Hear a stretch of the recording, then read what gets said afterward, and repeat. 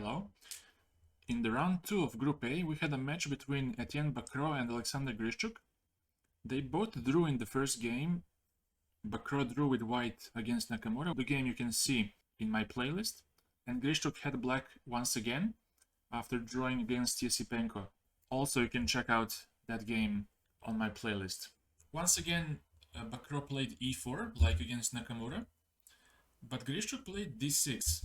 And after d4, knight f6, knight c3. Now Grischuk chose to play Pirc with g6. This opening is rarely played on the top level, but probably Grischuk was trying to surprise his opponent, because if he plays something solid like Nakamura did in the first round, you saw what happened probably in the Berlin, after which the position was quite equal. But when you create this balance in the position, you are risking that you get pressed, but also white has to play precisely, and there is a chance for black to play for a win. Bacrot played knight f3 after this. There's also a variation with f4, and after bishop g7, knight f3, castles, bishop e2 or bishop e3 works. Also bishop d3 is a move here. Lots of variations are possible. Let's say bishop e3, and after c5, white can capture, and there is queen a5 and with dc next, which leads to an entirely different type of position. Bacrot plays a more solid line with knight f3, after which Grischuk develops by bishop g7, bishop e2, castles, and now a6 by Grischuk. He's trying to get b5 and to activate his bishop, to fianchetto his bishop to b7. And that's why Bacrot plays a4, tries to stop b5 and also to try to expand on the queen side if possible. Grischuk plays the plan B, which is b6. He's still going to fianchetto the bishop, but he's not going to expand on the queen side like he planned originally with b5. And maybe b4 to challenge this knight on c3. We have a position in which black is very passive. He still needs some time to develop. Bacrot plays rook e1, and now e6 by Grischuk. Also here, knight c6 would be possible as well, but it could be quite awkward after d5, knight b4, and after knight b1, which is a very good move, threatening to go c3 to trap the knight. Black would have to go for a5, and after c3, knight a6, white has knight d4. He's headed towards c6. And actually the e4 pawn is not hanging because there's bishop a6 and the knight drops on the next move. So after knight d4, black would probably have to play bishop d7, after which bishop b5 is very strong, exchanging this bishop and also introducing knight c6. Grischuk didn't like this move and tried to first play e6. But e6 allows now e5. Black took on e5 here, knight e5 and bishop b7. Finally this bishop gets to b7, but now Bacrot plays bishop f3, very clever move, trying to exchange this light square bishop, because he wants to control the c6 square, which can be a potential outpost for the knight from e5. Grischuk doesn't take immediately, because capturing on f3 immediately would just lead to some unpleasant choices, like do you want to go knight d7 to allow knight c6 and have this position in which black is completely dominated, and at any point you can play d5 or bishop f4 at least. This wouldn't be such a pleasant position to play for black. Grischuk delays the exchange of bishops by queen c8, and now bishop g5. White is fully developed. Also it discourages a move like bishop f3 because of queen f3, and the rook on a8 is under attack. You have to go knight d7 to defend your knight on f6. But even then, after knight c6, black's pieces are quite clumsy in this case. With rook a d1 he can blast open the center, and it can be really dangerous for black. So Grischuk plays knight fd7, very logical answer. Also, I forgot to mention that after knight bd7, there is knight c6. It doesn't matter if the bishop is defending it, because white is happy to trade the knight for the bishop, because now light squares become occupied by white So Grischuk plays knight fd7, and now bishop f4. At this moment, both players were under 25 minutes on the clock, and it was already move 13. So that means that they have less than 25 minutes for 28 moves until time control arrives on the move 40. And here Grischuk plays rook d8, tries to make a pin on the d file. It was better to exchange some pieces by knight e5. In general, it's good to exchange pieces when you're spatially challenged. Like in this case, black has less space than white, and every exchange is very good for him. And after bishop e5, let's say, knight d7, his pieces would just come to life. And after, let's say, bishop g7, king g7, bishop b7, queen b7, white is slightly better, but you see now that there are no issues like he had in previous lines, like light squares on the queen side. He's keeping that under control, and his position is quite solid comparing to what will happen in the game. So after this, he played rook d8, and now Bacrot plays very interesting move, knight g4, going towards h6. That forced Grischuk to go back to f8 to be able to meet knight h6 by just being calm and playing king h8. You don't really want to exchange the dark square bishop for the knight. Grischuk goes back to f8, and now Bacrot opens up the center by d5, which forces Grischuk to play h5. Already black is in a very dubious position, but black is still fighting. For example, if he took on d5, this would be a disaster for Grischuk, because after knight d5 there is knight e7 coming next. You don't really want to give up the light square bishop. If you try knight c6, there is knight h6, and after king h8, knight e7, taking, the position becomes really unbearable, because the f7 pawn becomes a real target, and after this, queen f3, there is no good way to defend the f7 pawn. Also, the c7 pawn might come under attack later on. The knight is stuck on d7, trying to save the pawn on c7.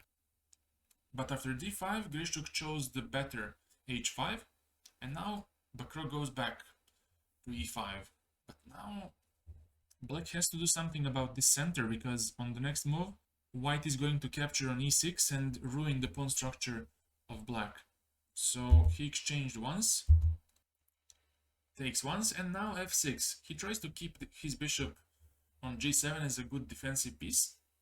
This was the very important moment in the game in which Bacrot played very interesting move d6. But it was just better to go bishop g3, which was more natural. Maybe he was afraid of e5 and somehow blocking the position. That wouldn't be the case because of queen d3, attacking g6. And if king h7, then bishop h5 is coming. If queen e8, then there's d6. Again, using the weakened diagonal and the bishop, which is unprotected. So black would have to capture queen f3, and after rook a7, rook a d1, all the pieces are very well placed in white's position, and black's pieces are quite passive and quite scattered around the board. Black has to be careful about having some counterplay with f5, because the e5 pawn might become under attack. So bishop g3 was a better choice in this position, but he played d6. He played a really interesting move. Now black took on e5, and the point was that after d7, white is going to get back his piece. What's more important is that this pawn structure on the king side is very bad. Double pawns on the e-file mean that there is a potential outpost for the knight once the bishops exchange on the long diagonal. Grischuk takes with the knight. For example, if queen takes, bishop b7, let's say queen d1, rook a d1, here bishop e4, this is still a better position for white since he has a better structure. And also this rook on a7 is quite weird, and black needs some time to invest to get his rook back into the useful position. So Grischuk chose to keep queens on the board by knight d7, Bacrot took, queen b7 and queen d7. And we have a knight versus bishop position, but with a horrible structure for black. He tried to exchange queens and also to defend the e6 pawn by queen c8.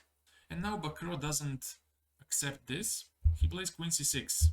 It looks very tempting to exchange queens and put the knight on e4.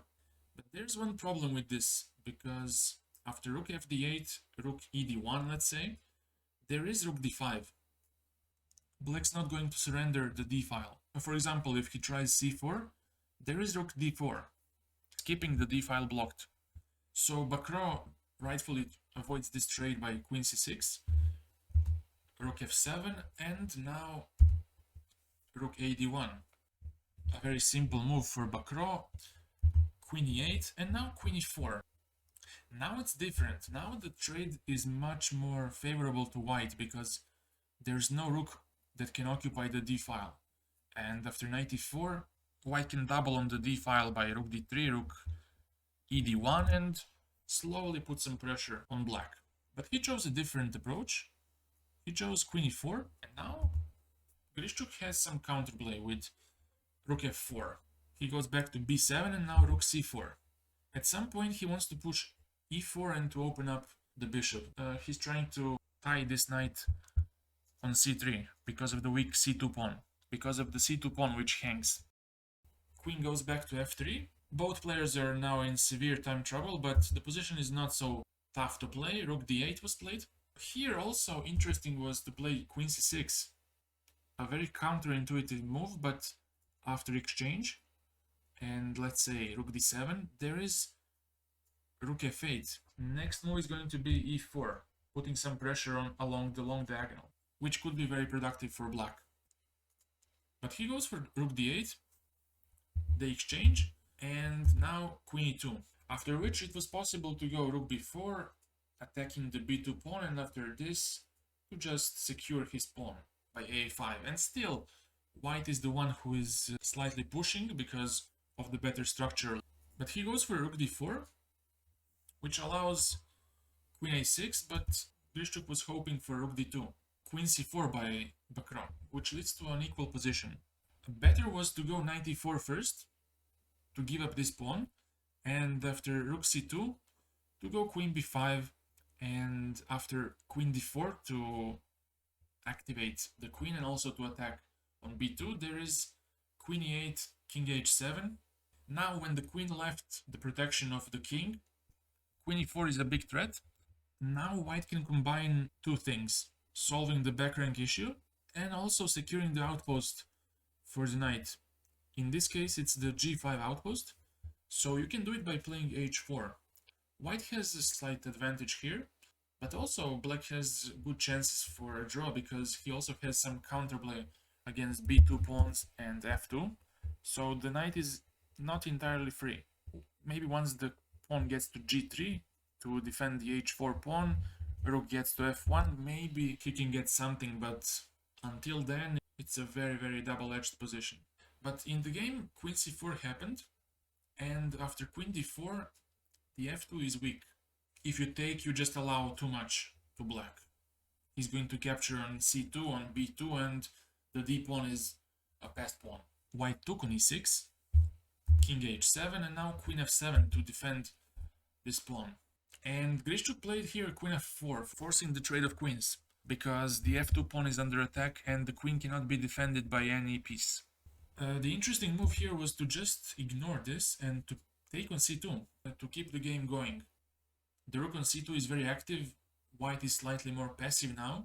Maybe you can repeat knight e4 and h4 in this case, but it's still a very interesting game.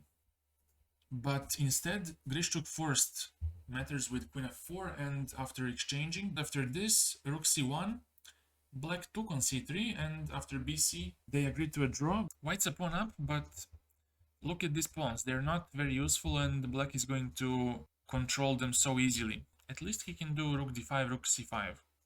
And that's it. If you have any questions, let me know in the comment section, I will get back to you. See you soon. Bye.